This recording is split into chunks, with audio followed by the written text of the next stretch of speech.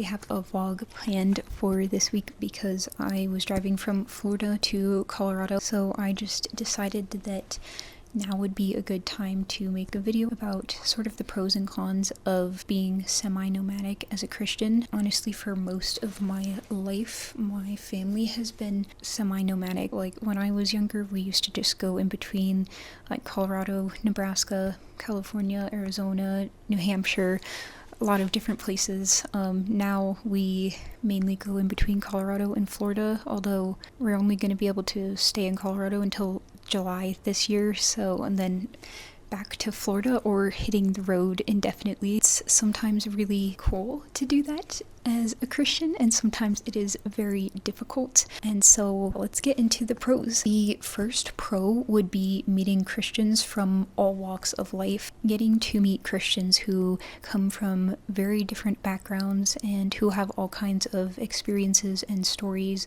that they can share with you can be very inspiring. There's so much to learn from other people, from other Christians, so it is pretty cool when you get to meet them. I had a friend who I met in Taiwan who was from Indonesia, which is a Muslim country, but her family was Buddhist, and when she converted to Christianity, they pretty much stopped talking to her for years, and it made me so much more grateful for my experience as a convert, because when I converted, pretty much nobody cared at all. I mean, it was a very uneventful conversion, so it made me so much more grateful for that. The second pro would be deriving so much value from Bible studies. This might sound a little strange. I feel like different groups have very different approaches to Bible studies. I've gotten to learn so much from different Bible studies, and not just about the contents of the Bible, but also how to most effectively study the Bible and how to better encounter God while reading the Bible.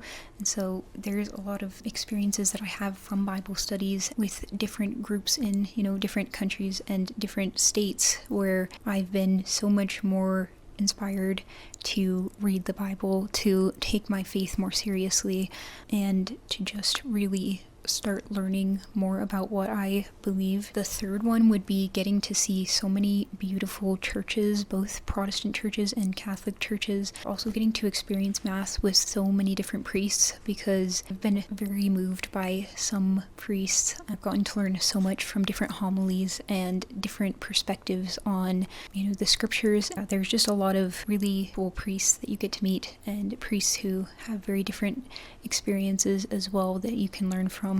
But anyway, I will get to the cons in a few minutes. I just want to show you some clips from the trip back to Colorado. I didn't take that many videos just because we were traveling in a van and it was pretty difficult drive. We went from Florida to Alabama, Mississippi, Louisiana, Texas, and New Mexico. While we were stuck on a bridge in Mobile, Alabama, in traffic, the AC went out, and I think it was like 34 degrees. It was very hot, and it was horrible.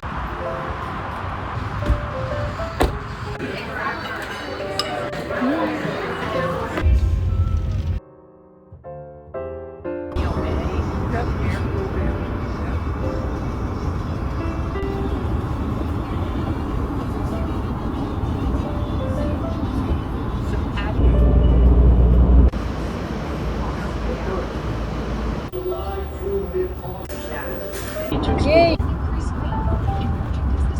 On that side was a big riverboat. There were flames and everything, whatever he's...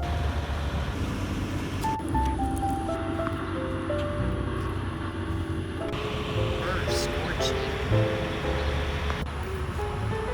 Yep.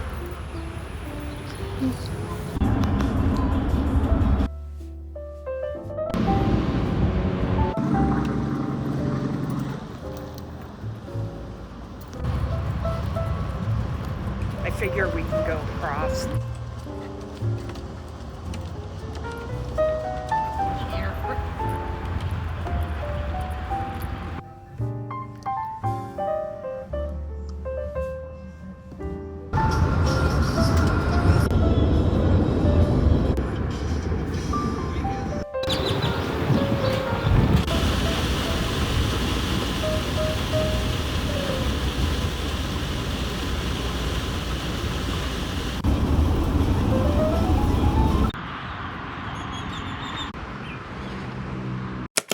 Anyway, I want to talk about some of the cons, and I guess the first one is when you're hopping churches so frequently, you never really get to be part of the community. It's very hard to establish a Catholic community because, you're always getting up and leaving, and it's very difficult to meet people in, the churches sometimes because, there can be times where you only go to one church for a few weeks and, it's not easy to meet the priests there. It's not easy to meet the parishioners. Different states, different countries will have very different crowds who show up, and some of them are very friendly parishioners. Some of them just want to come into church and then leave as soon as the dismissal is over. Also, I guess part of that is just not having that many Catholic friends. Like, I have 3 Catholic friends and a few Protestant friends, but largely most of my friends are not Christian at all. The second one is kind of related to that. It's just that it's